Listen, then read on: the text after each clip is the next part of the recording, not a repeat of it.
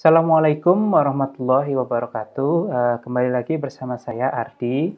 Pada kuliah kali ini saya akan mencoba membahas mengenai peran dan kontribusi antropometri untuk mendukung studi biomekanika.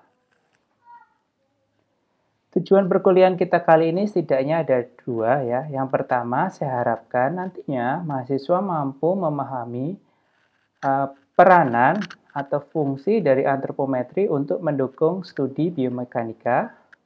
Lalu yang kedua, saya harapkan nantinya mahasiswa mampu menghitung beberapa atribut, maksud saya dimensi antropometri untuk mendukung studi biomekanika.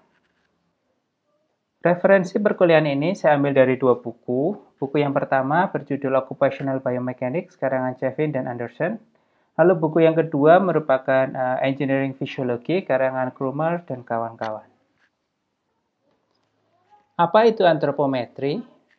Antropometri dapat didefinisikan sebagai sebuah keilmuan ya, yang membahas mengenai ukuran, massa, bentuk, dan sifat inersia dari tubuh manusia.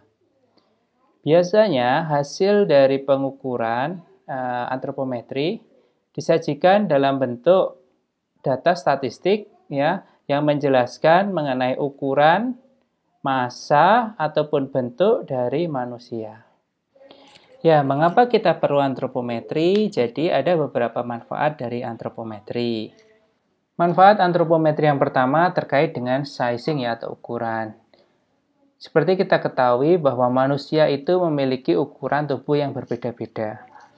Apabila tanpa keilmuan antropometri, maka karena terdapat ukuran yang berbeda tersebut, makanya ketika kita ingin menggunakan produk yang dipakai seperti sepatu, pakaian, celana, maka kita perlu mengcustomize ya produk tersebut sehingga dapat pas dengan ukuran kita.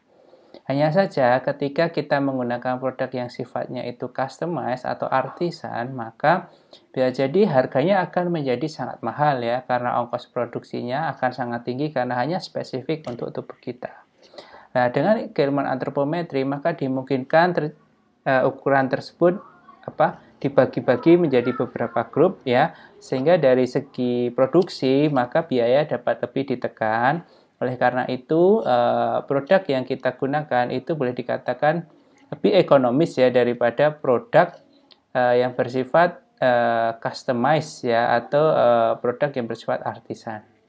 Manfaat antropometri yang kedua terkait dengan produk desain ya, khususnya untuk menentukan dimensi-dimensi dari suatu produk.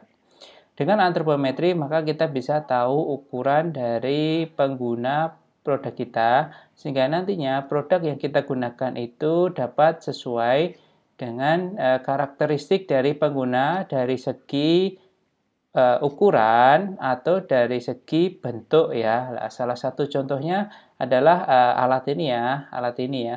Jadi tang ini ya, dari segi handle-nya maka kita bisa buat secara shape ya, itu agak melengkung ke dalam di bagian ini, karena di bagian tersebut tangan kita itu sedikit lebih besar daripada bagian lainnya. Selain itu, maka setidaknya untuk panjangnya ini harus sebesar telapak tangan kita ya, panjang dari handle-nya, agar ketika alat ini digunakan maka kekuatan grip yang maksimal itu bisa didapatkan karena seluruh permukaan dari tangan itu berada pada handle-nya. Manfaat antropometri yang lain terkait dengan perancangan workspace atau tempat kerja, ataupun terkait dengan interior dari suatu rumah yang digunakan oleh manusia. Jadi dengan antropometri maka kita bisa menentukan salah satunya ya, tinggi yang ideal untuk pintu yang digunakan oleh manusia. Lalu selain pintu, tinggi kusennya, maka kita juga bisa mengetahui sebaiknya handle pintu itu diletakkan di seberapa tinggi sih. Nah, informasi-informasi ini akan sangat terkait ya dengan dimensi dari tubuh manusia. Oleh karena itu, ilmu antropometri juga berguna pada perancangan baik itu interior yang digunakan manusia di dalam rumah ataupun terkait dengan workspace atau area kerja. Manfaat antropometri yang terakhir terkait dengan biomekanika. Nah, kenapa biomekanika sangat membutuhkan keilmuan antropometri? Maka ilustrasinya kurang lebih seperti ini ya. Jadi, bagi teman-teman mahasiswa yang mengambil kuliah biomekanika, maka diharapkan nantinya salah satu target dari perkuliahan ini adalah mahasiswa mampu melakukan komputasi biomekanika walaupun masih mungkin secara sederhana ya. Nah, di dalam proses komputasi tersebut ya salah satu contohnya itu adalah di gambar ini ya. Diperlukan beberapa informasi ya, informasi. Nah, informasi pertama terkait dengan segmen link length atau panjang dari segmen tersebut. Lalu yang kedua yaitu terkait dengan center of mass location atau letak dari pusat massa. Lalu yang terakhir terkait dengan segmental mass atau massa segmen.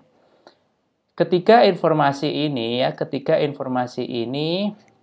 bisa didapatkan dari antropometri data ya, atau dari data antropometri. Nah, karena bisa didapatkan dari data antropometri, maka ketika kita belajar biomekanika, penting juga untuk kita untuk mengetahui antropometri dari manusia.